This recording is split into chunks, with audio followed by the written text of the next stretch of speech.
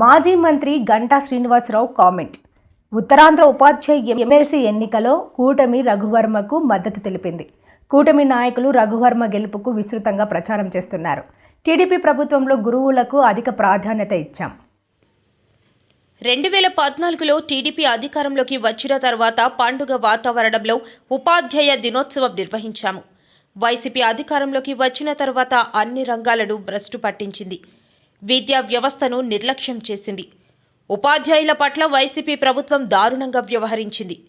మద్యం దుకాణాల వద్ద ఉపాధ్యాయులను పెట్టిన ఘనత వైసీపీకే దక్కుతుంది.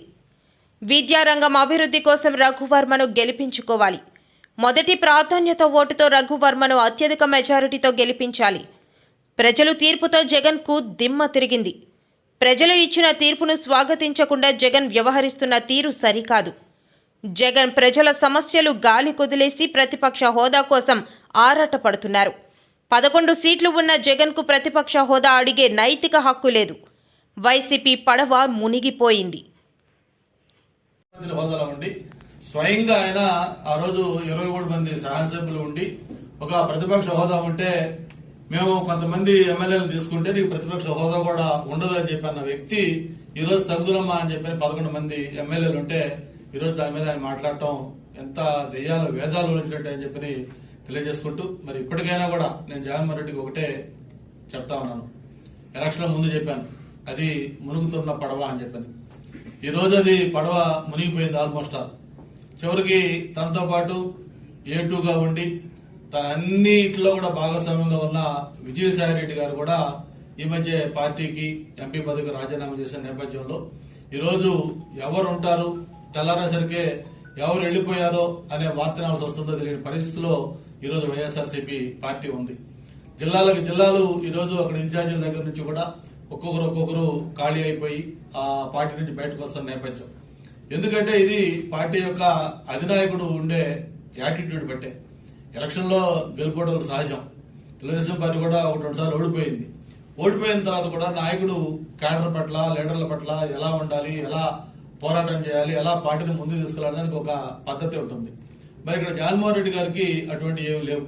అంతా A to Z ఆయనే, సర్వం ఆయనే. నా వల్లే పార్టీ గెలుస్తుంది, నేను కుక్కను పెట్టినా గెలుస్తారని చెప్పని అభిప్రాయం ఉన్న వ్యక్తి. అలాంటి వ్యక్తికి ఈ రోజు మొన్న ఎలక్షన్ లో దెమ్మ తిరిగింది. ఇప్పుడు కూడా వాస్తవాలు గ్రహించుకోకుండా ఇప్పటికీ ఆయన వైఖరి ఎలా ఉందో మనం చూస్తా ఉన్నాం. ఆ ముఖ్యమంత్రిగా ఉన్న 5 ఏళ్లు ఎలా ఆయన ప్రవర్తించాడో ముఖ్యంగా మీడియా మిత్రులు చాలా మంది తెలుసు. ఒక్కటంటే ఒక్క ప్రెస్ కాన్ఫరెన్స్ ముఖ్యమంత్రి గారిని పెట్టల.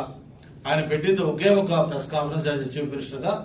దట్టు అప్పుడు ఎలక్షన్ కమిషన్ ఉన్న నిమ్మగడ్డ రమేష్ కుమార్ గారి మీద గవర్నర్ కలిసి వచ్చి ఒక ప్రెస్ మీట్ పెట్టాడు.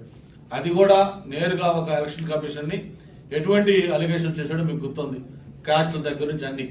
అటువంటిది ఆ రోజు మీడియాతో నాకు పని లేదు అని స్పష్టంగా చెప్పిన పెద్ద మనిషి ఈ రోజు మళ్ళీ మీడియా సమక్షంలో నేను తెలుసుకుంటాను, మీడియా ద్వారా నేను ప్రశ్నిస్తాను. ఈ రోజు ఎమ్మెల్యేగా గెలిపించేది ఏదైనా సమస్యల్ని అసెంబ్లీలో మాట్లాడమని, పోరాటం చేయమని.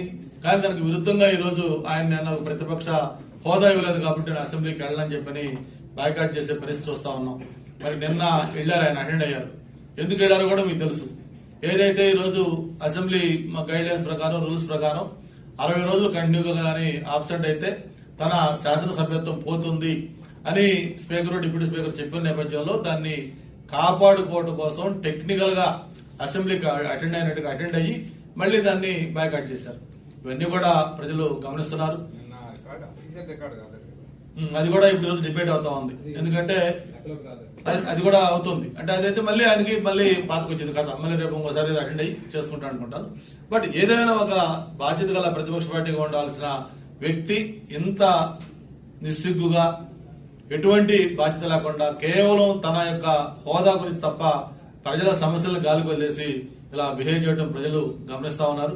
ఇదే వైఖరి కొనసాగిస్తే రేపు భవిష్యత్తులో మనం చరిత్రలో చదువుకునే విధంగా, గతంలో ఒకప్పుడు 2014-19లో ప్రతిపక్ష పార్టీ ఉండింది, 1924లో అధికార పార్టీలో ఉన్న వైఎస్ఆర్ పార్టీ అప్పుడు ఉండేది అని చెప్పి చరిత్రలో చదువుకోవాల్సిన పరిస్థితి వస్తుంది. ఈ పార్టీ చరిత్రలో కనుమరుగవడం కూడా ఖాయమవుతుందని చెప్పిన కూడా మరొకసారి తెలియజేసుకుంటూ ఈ జరిగే ఎన్నికల్లో ఉమ్మడి అభ్యర్థిగా రఘువర్మను గెలిపించవలసిందిగా రిక్వెస్ట్ చేస్తా ఉన్నాం.